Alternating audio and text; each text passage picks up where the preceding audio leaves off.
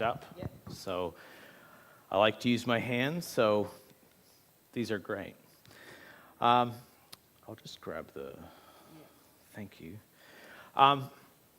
Thank you so much for having me. Pastor Dan and Jacob have been wanting me to come for a few months now. I was going to come, I think, a month and a half ago, but I think half of the people weren't going to be here, so we decided to move it to today. So thank you for having me. Today, I'm going to be talking to you a lot about intergenerational relationships and intergenerational community. And what we're going to do to start with, if this will...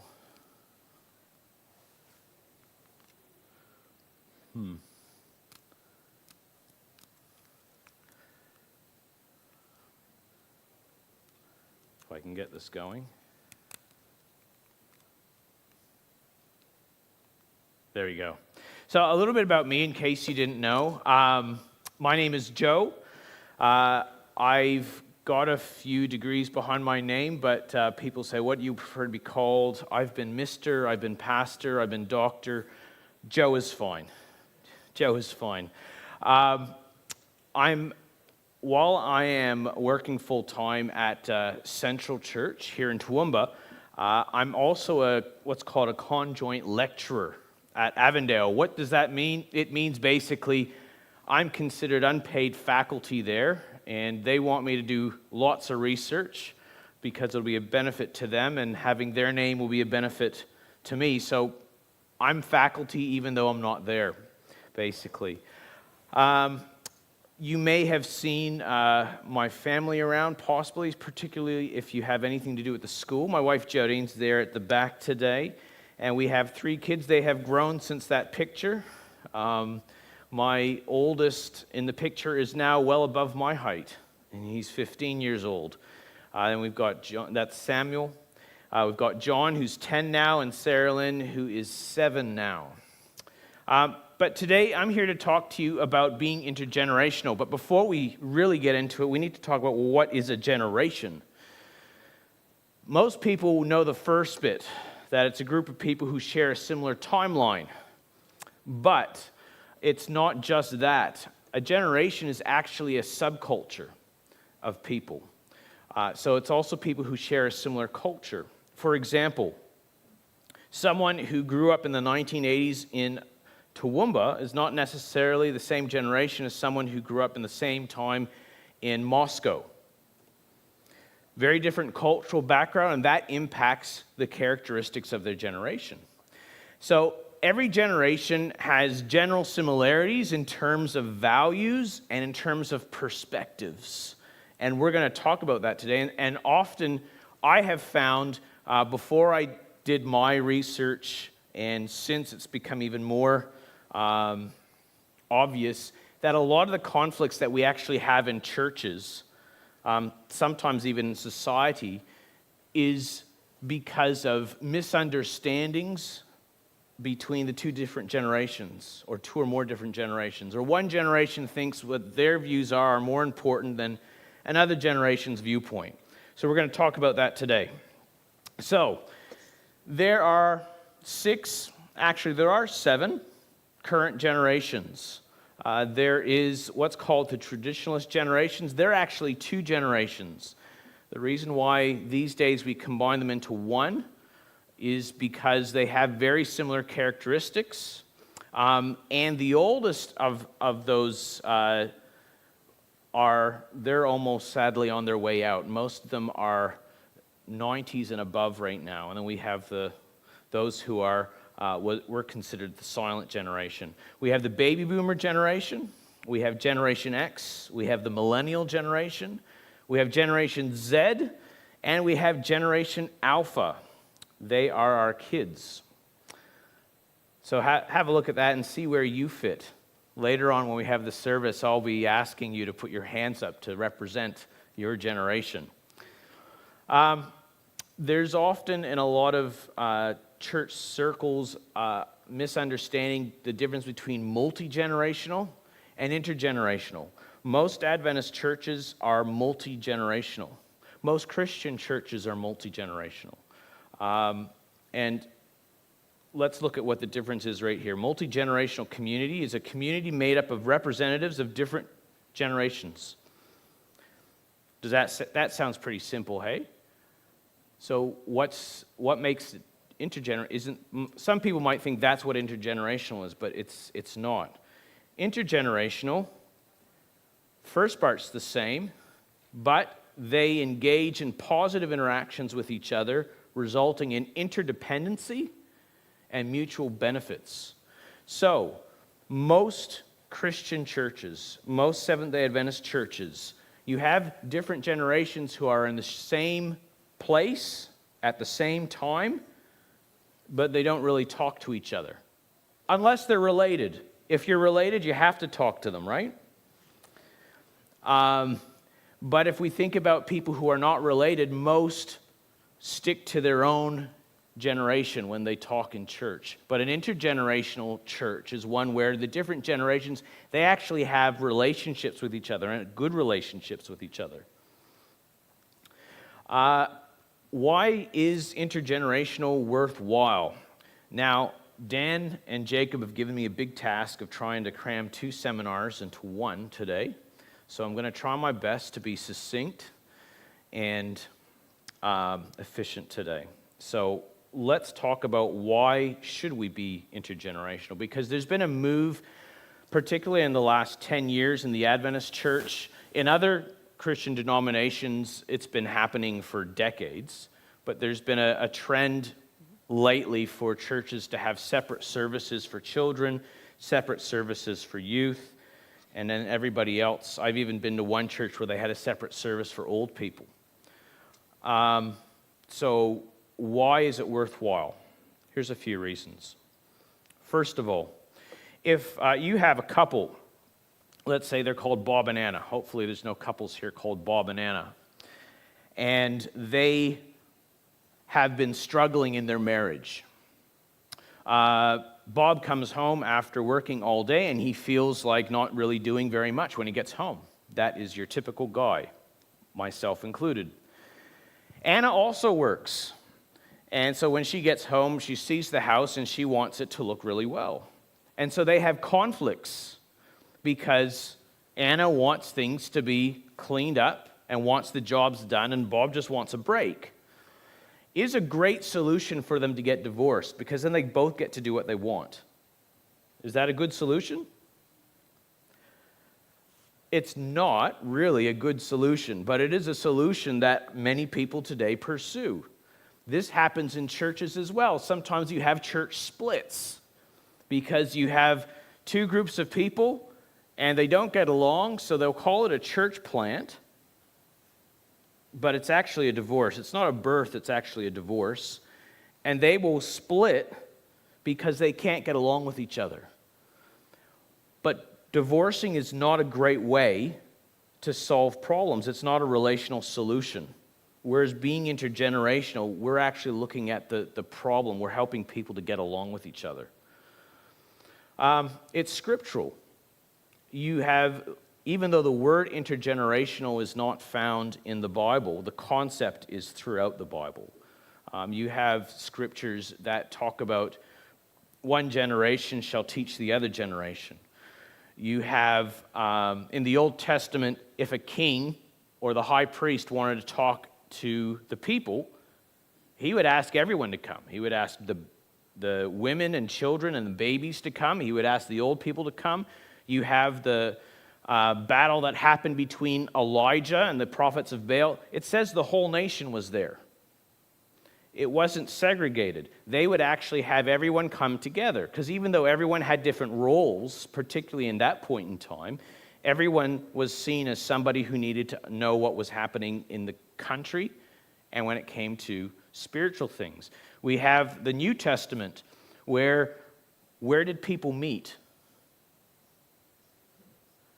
They met everywhere, but primarily they met in homes. Who lives in homes? Everyone. They didn't say, okay, Grandpa, you need to get out. We're having a meeting today. They didn't tell the kids to leave. Everyone would actually be together. And when Paul refers to different people who he's not related to, who are in the church, he says, brother, sister. Treat them as your grandparents. Treat them as your child. He uses familiar language whenever he talks about those who are in the church. Theological.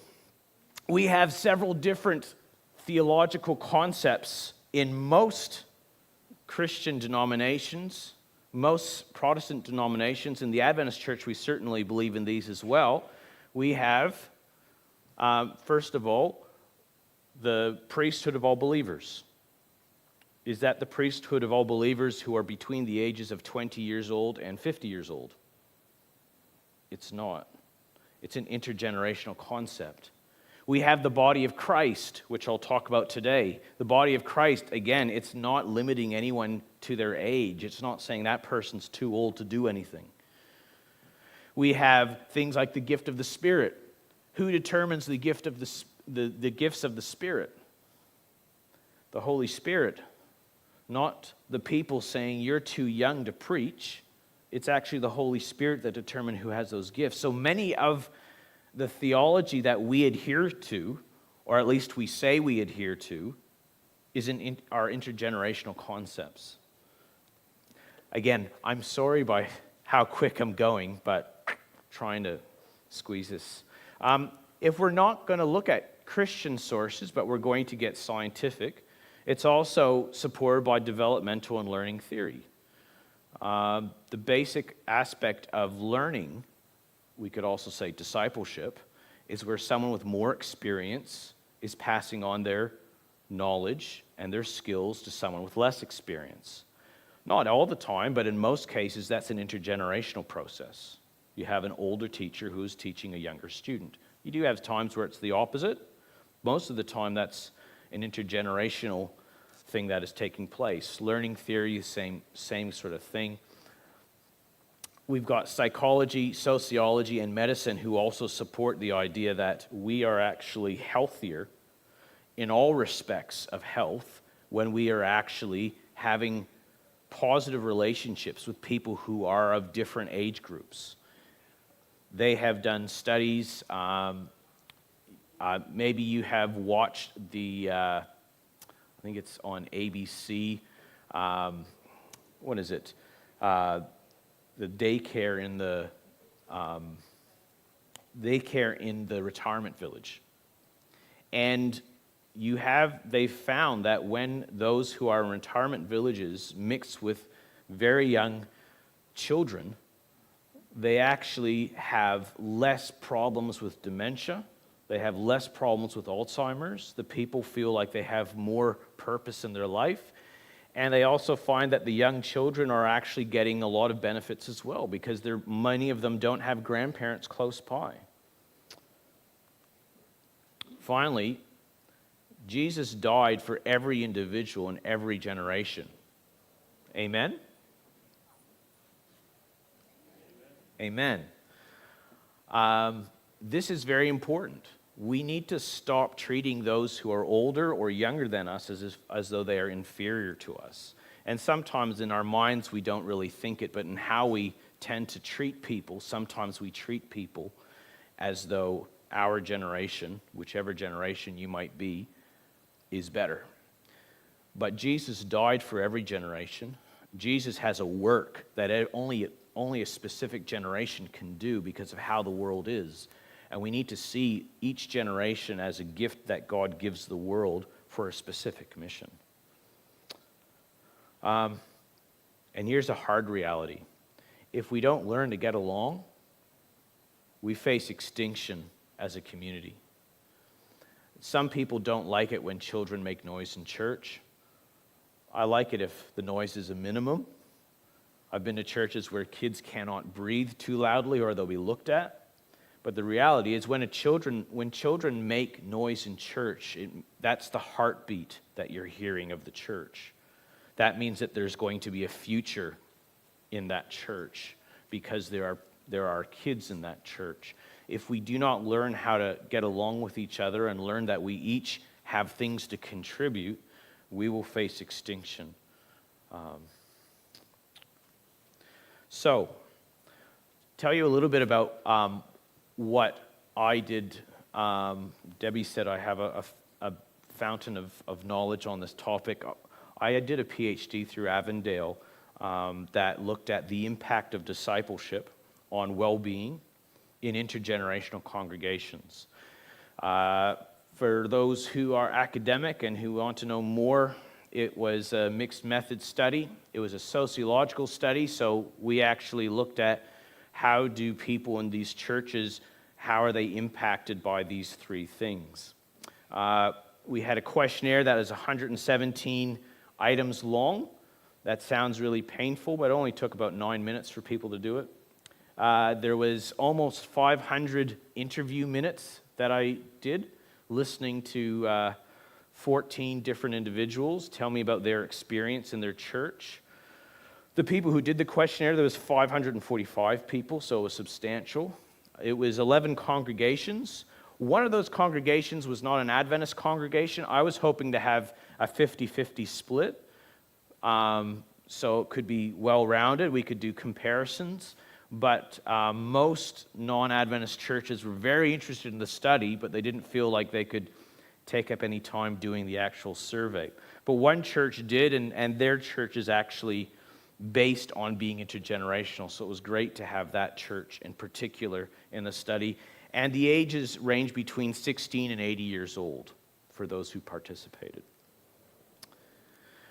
This was my research findings. You may not be surprised by this. Some people say this is common knowledge, but surprisingly, I was the first one who actually did a study on this. First of all, well-being is positively impacted by discipleship. Those who actively pursue the teachings of Christ, and I stress the word actively, that does not mean having your name on a church membership list, but who are actively trying to apply the teachings of Jesus, they were actually found to have greater well-being when it came to psychological, spiritual, and social well-being in the study. So keep reading your Bibles, keep applying what Jesus has told you. Also found that well-being is positively impacted by intergenerationality. So we are actually healthier individuals and we mix with people who are from different generations. I would say people who are different to us. If you're wondering why, let me ask you this question. Can you actually exhibit the fruit of the Spirit if everybody thinks exactly like you? Do you need to be patient? Do you need to be kind? Do you need to be gentle? Do you need to have self-control if everyone agrees with you? You don't. So we actually are better Christians when we are mixing with people who are different to ourselves and getting along, of course, with them. And finally, discipleship is positively impacted by intergenerationality.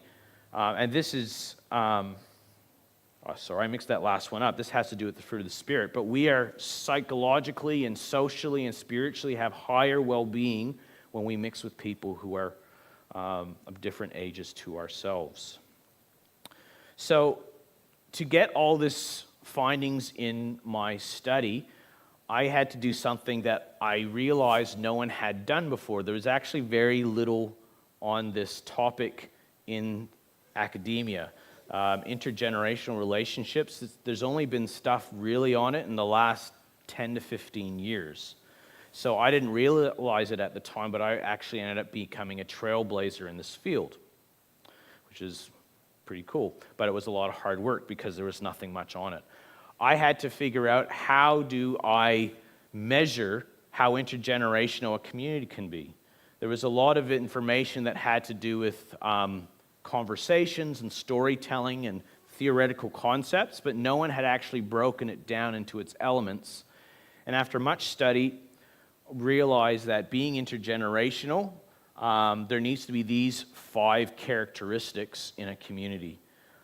Needs to have positive interactions, there needs to be connectedness, there needs to be interdependency, there needs to be accommodation, and there needs to be empowerment. And we're going to look more deeply on these topics in a moment. First of all, positive interactions. This one seems pretty basic to you, basic to most people.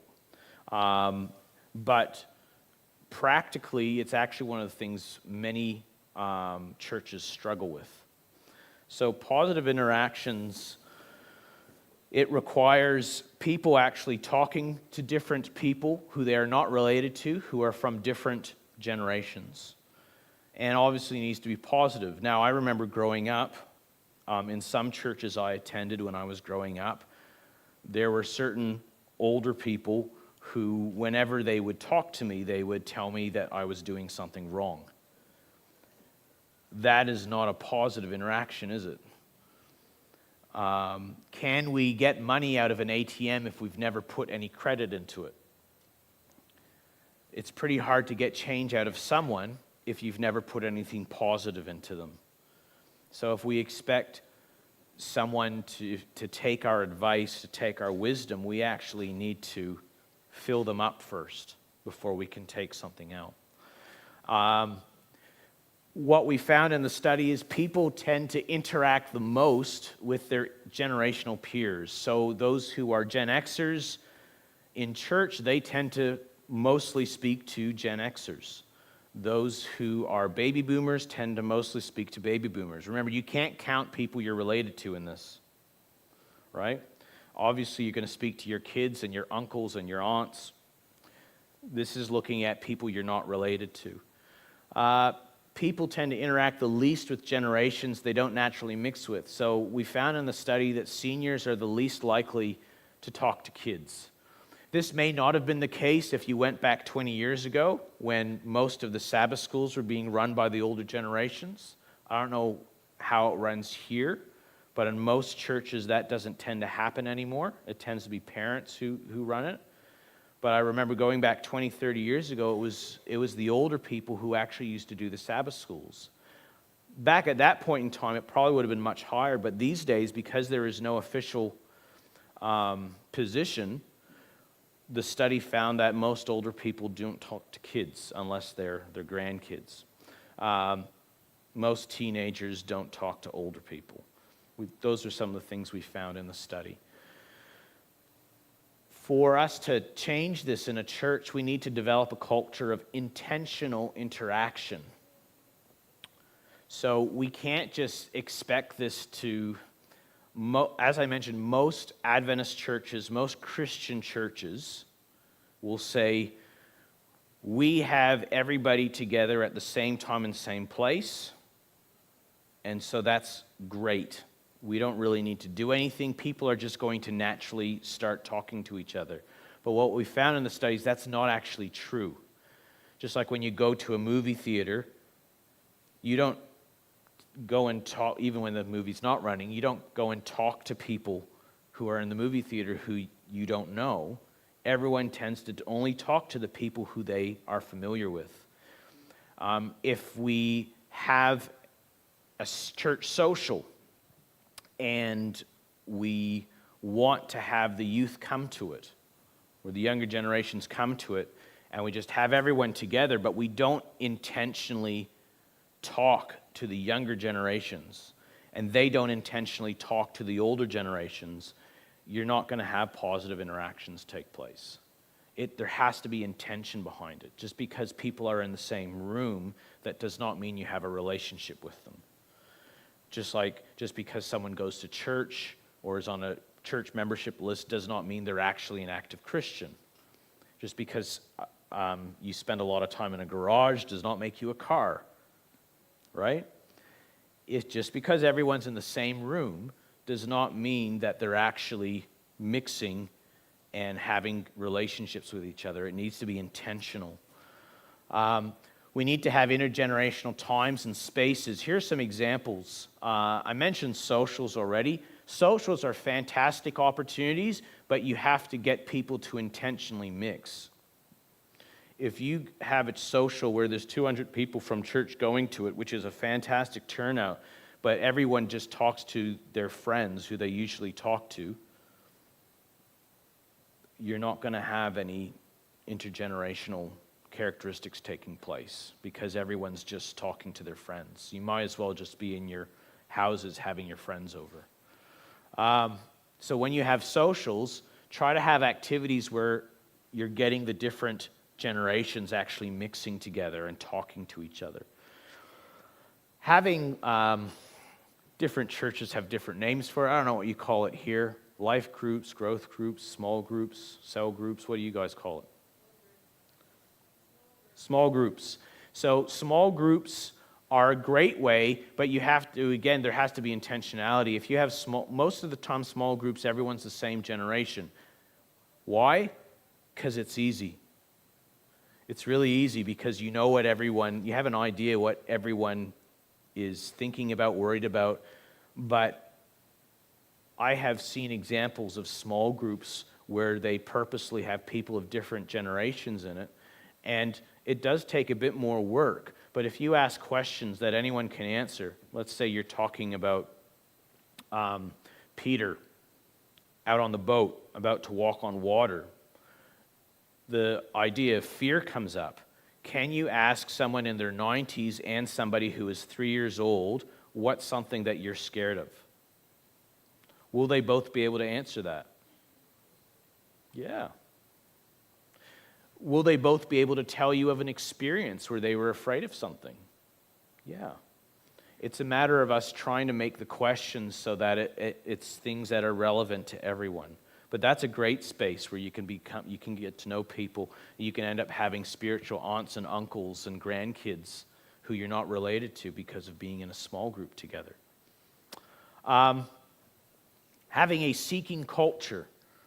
So having people in the church who actually, when they see someone who they don't know, regardless of how old that person is, and this is a hard one as a pastor, but trying to get the church to actually take 5 minutes aside from talking to their friends and actually going to talk to someone that they don't know. When it comes to being intergenerational, older people, can I encourage you? And when I say older people, I'm now referring to myself too, by the way. There's one kid in here. But if you can pick maybe 3 younger people that every week you seek them out and you just ask, hey, how are you today? How is your week? Anything interesting happen? You ask that every week, and I've had people say, oh, Pastor, I tried that with the teenagers and they didn't really go well. And I said, no, it's not going to go well for the first couple weeks because they're going to be thinking, who is this strange person who suddenly talked to me, who's never talked to me before? It's going to take persistence, and it's going to take weeks of doing the same thing. And what will eventually happen is they will get used to you asking those questions, and one week they may have something bad happen to them or something good happen to them, and they'll say, yeah, actually, I didn't have a very good week today.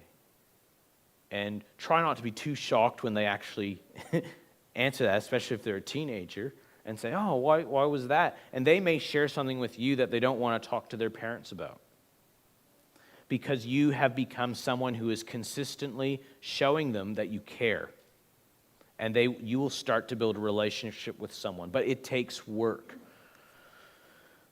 Connectedness.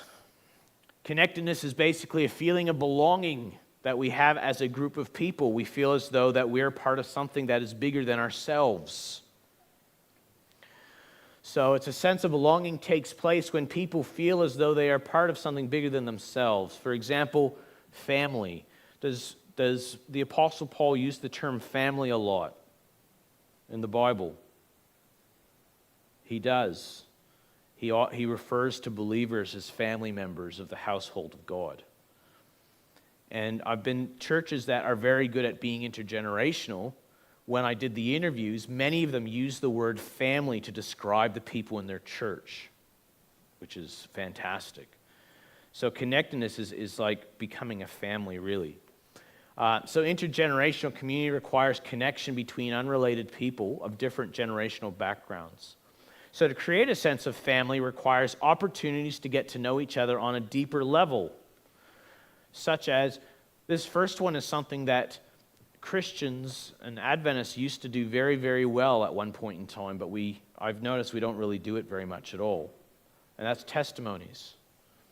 Those who are older, do you remember when testimonies used to be something that we would do all the time in church? Yeah? Testimonies are fantastic because when people are listening to someone's story, storytelling is such an important aspect to being a Christian. Because when we listen to someone's story, we actually become part of their story by listening. We actually put ourselves in the shoes of that person, and we start to identify with that person when we listen to people's stories. When we listen to someone pouring their heart out of something that happened to them and how God's going to help them get through, people who are listening, who are going through very different things, will go, wow, I'm going through something really hard too. If they're having a hard time, but they can see God carrying them through it, then God must be doing the same thing with me. And when we do those things, it's not just good for us as Christians, it's also good for us connecting with that person, because when we become vulnerable, other people will become vulnerable with us. Obviously, needs to be a safe place to do that. But testimonies is a great way to get to know someone, because one thing I have mentioned to Dan and Jacob, I don't know if they've done it, but they've said that they've wanted to do it, is have intergenerational interviews. Have you guys done anything like that? Where maybe once a month you basically have someone interviewing someone of a certain generation and just asking them questions in front of everyone, like, what was church like when you were growing up? What was school like when you were growing up? What's something that you would say is one of the hardest things you've been through? Obviously, prepare the person ahead of time before you ask questions like that. But people out here who are listening, who are either from that generation or who are from different generations, will start to learn about who that person is. Do you think you'd be more likely to talk to that person after hearing them open up about themselves? Yeah. Finally, mentoring and coaching. Mentoring and coaching, those who were at the children's ministry conference that we had would have heard me say this, but mentoring, a lot of people are terrified of being mentors. I hope that's not you, but I found if I ever ask someone, could you be a mentor for someone, they freeze like a deer in the headlights, and they're terrified. But being a mentor is actually the basic building block of discipleship. It's basic discipleship. All mentoring is doing life with someone, is sitting there, asking them questions, listening to their story of how they're going in life, not telling them what to do. That's very important. You don't listen to them so you can correct them and tell them what to do, but just listen to them and empathize with them. Say, that's really hard. I had something similar happen to me. And then don't tell them, and just see if the person asks you, well, what happened? If they ask you what happened, they're going to listen to you. If you just tell people something without being asked to, they'll probably switch off. But mentoring and coaching is a great way to actually become connected with people. And by the way, this is not just the old to the young. Most young people are much better at technology than I am, especially as I get older. Can we learn things from younger people? Absolutely. So mentoring and coaching is something that it goes both ways, and it's experience-based. And just because someone's older doesn't mean they have the more experience. Interdependence, this is a big one. I would say this is the crown of being able to tell whether a church is intergenerational. Interdependence is understanding that everyone has something to offer the group. When, and I know you've had this happen because I was going to come when this happened. When there's a youth rally or the Pathfinders are away, does the church run better or worse when that happens? Is it worse? I'm hoping it's worse, because that's actually a good sign. If things go better when a generation is not there, that's a really bad thing. Or if people don't even notice if a generation is missing, that is not a good sign. When they have the gray nomads on, hopefully things are harder to run at church because you have a generation who is missing. Interdependence is all about having everyone is contributing and benefiting from each other. And this is what being intergenerational is all about.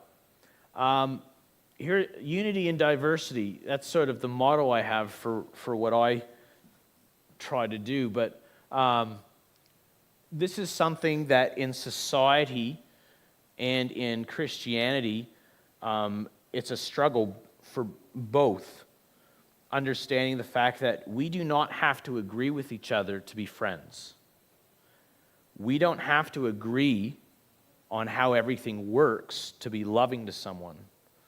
Whether we're talking about how that person views God, whether that has to do with how someone thinks church should run,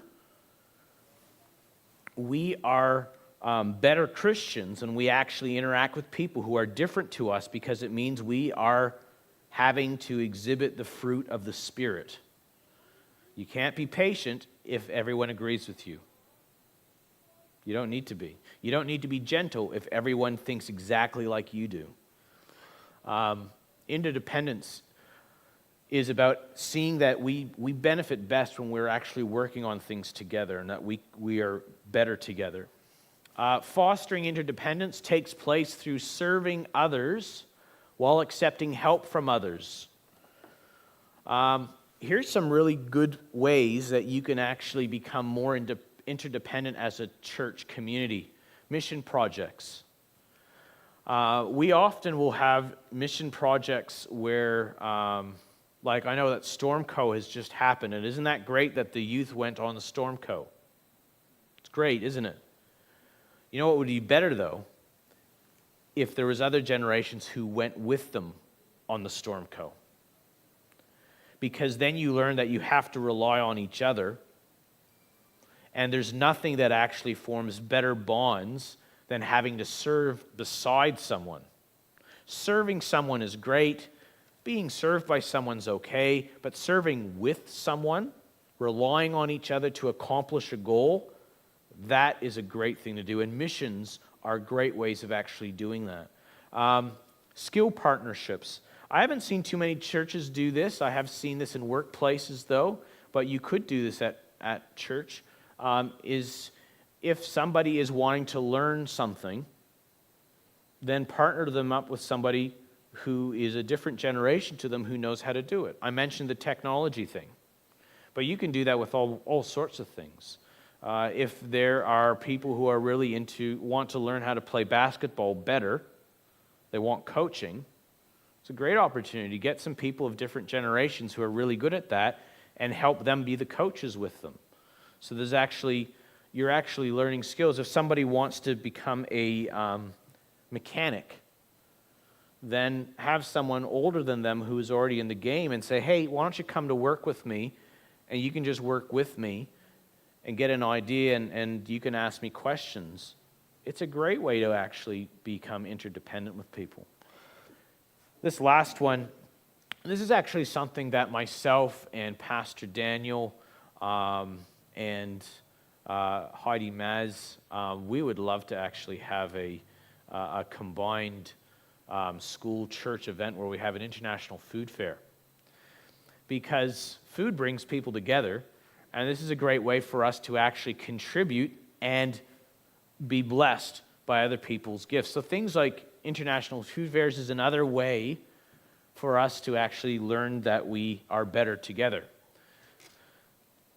Accommodation. This is probably the characteristic that churches struggle with the most, and that I would say human beings struggle with the most, because accommodating someone else means being selfless. Jesus always made room for those on the outside, didn't he? He always sought out those who were on the fringe. All too often, generational differences are barriers between each other.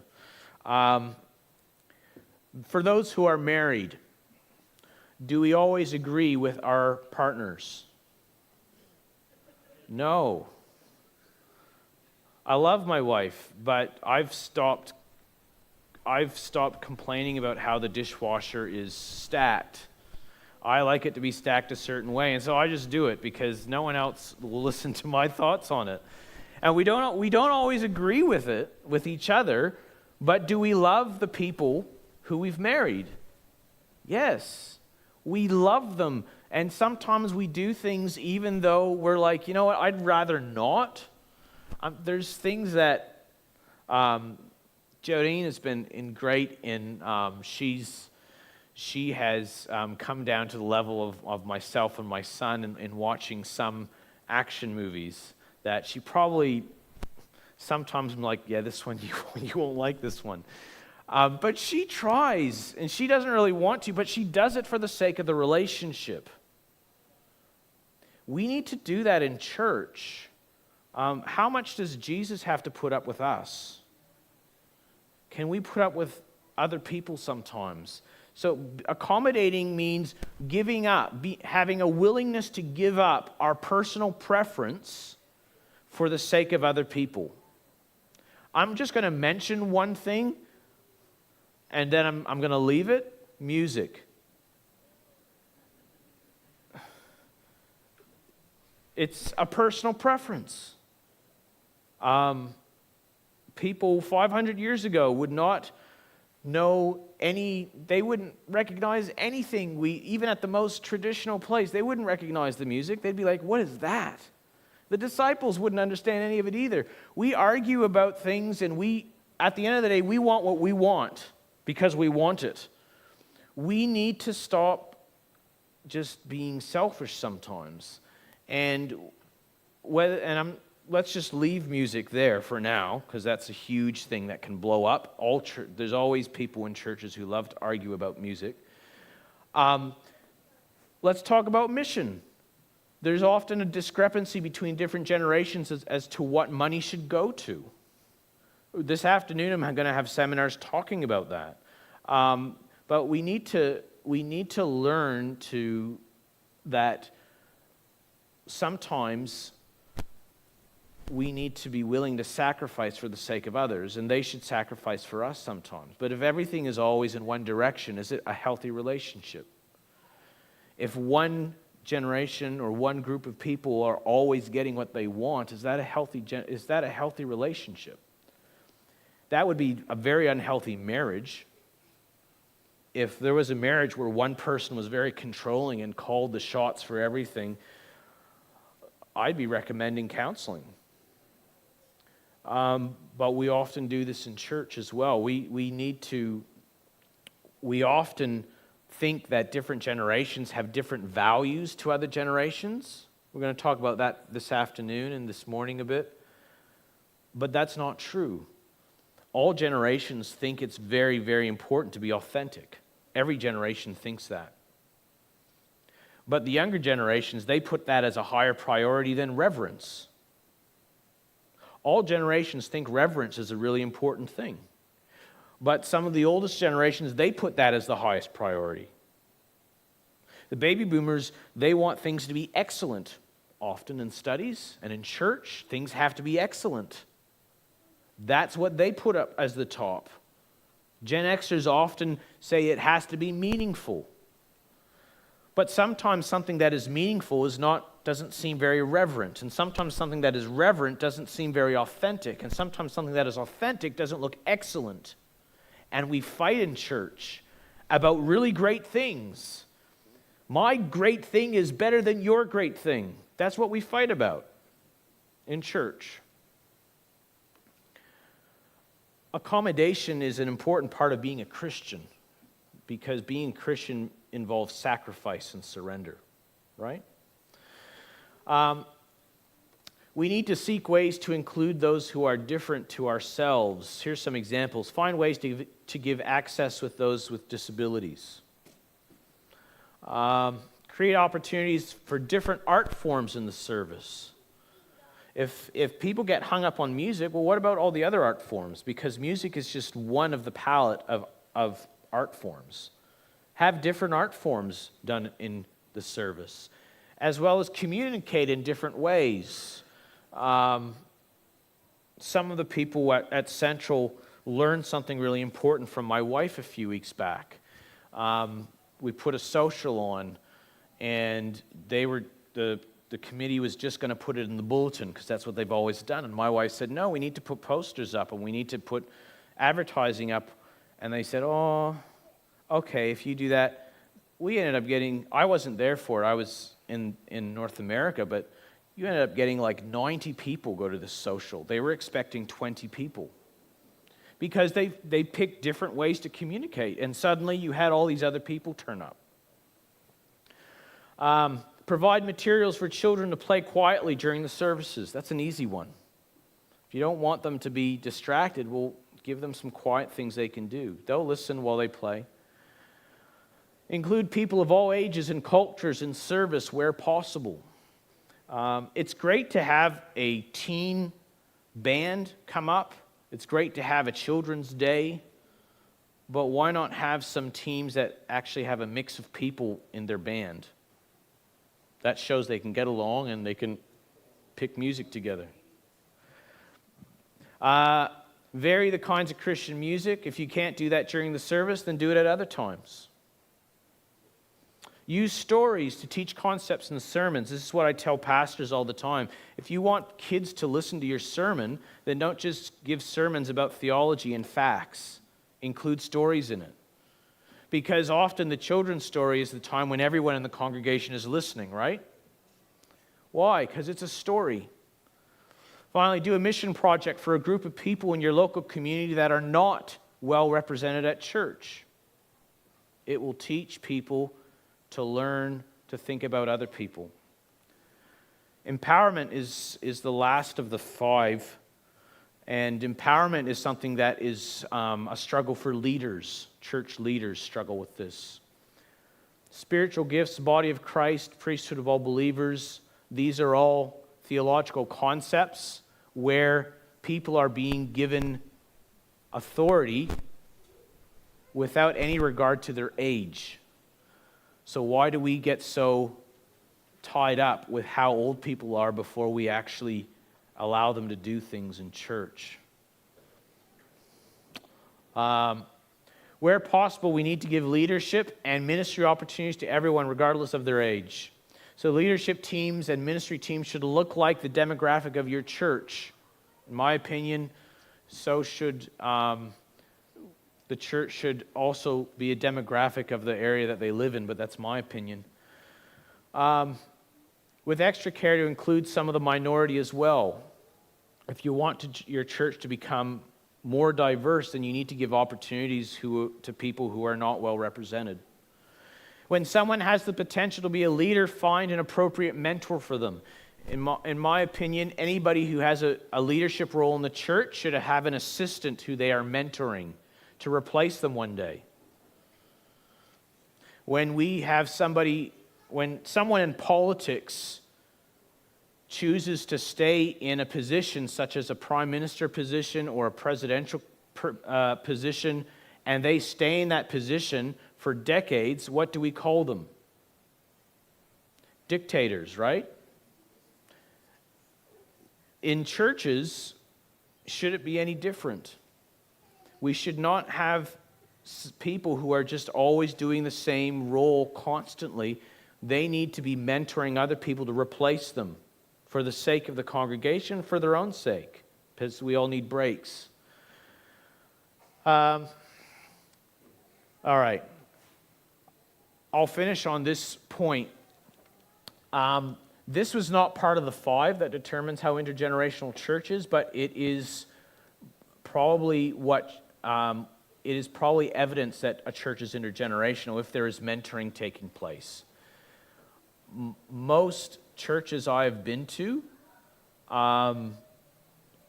struggle with mentoring. Most churches, kids and teens don't feel like they have any mentors aside from their parents. But parents are not meant to be their mentors, because parents have to discipline sometimes. A mentor is somebody that you turn to talk life with and have advice from. They're not somebody who tells you what to do. There's someone who's caring. And research has shown that the best way to keep young people, or really even to keep older people in the church, is that they should have at least 5 mentors in their life. I've talked to so many teens where they don't have any mentors. Because you get past a certain age and you feel like you've learned as much as you can from your parents. It's not because they don't like their parents, it's just because they've heard them for 12 years and they've learned a lot and they want to learn from some other people. So they try to find other people to learn from. But if there's no one in the church who is an adult who is pouring into them, who are they then going to seek advice from? Their friends who know just as much about things as they do. The blind leading the blind. If we want to influence our younger people, then we need to actually talk to them and mentor them. They have to pick us, by the way, as mentors. Don't go up to someone and say, I'm going to be your mentor. That will not go well. Just befriend them and have a good chat to them every now and then, and they'll probably start to see you as a mentor. Things to keep in mind. Many people, I mentioned, people are intimidated by the term mentoring, but it's just doing life with someone. Mentors are chosen by the mentees. Mentoring should start informally and passively. Just start talking to someone each week. They may eventually see you as a mentor. It's often intermittent or temporary. Everyone should have a mentor. Older people should have mentors too, by the way. That's what discipleship is mentoring. Everyone should have the potential to be a mentor to someone else. Obviously, there's exceptions to that. And here's the big thing that I'm going to leave you on today. Great leaders create great leaders. If someone is in a position of leadership and they don't mentor anyone, they might be an okay leader, but a really great leader is actually mentoring other people to be good leaders as well. Thank you very much. I'm going to stop there so there's some time before the service, but God bless you today, and I hope that was helpful to you.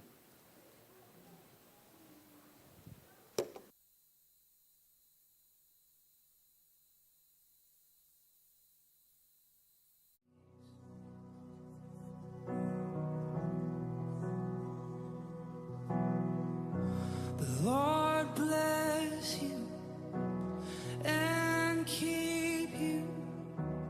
Make his face shine upon you and be gracious to you.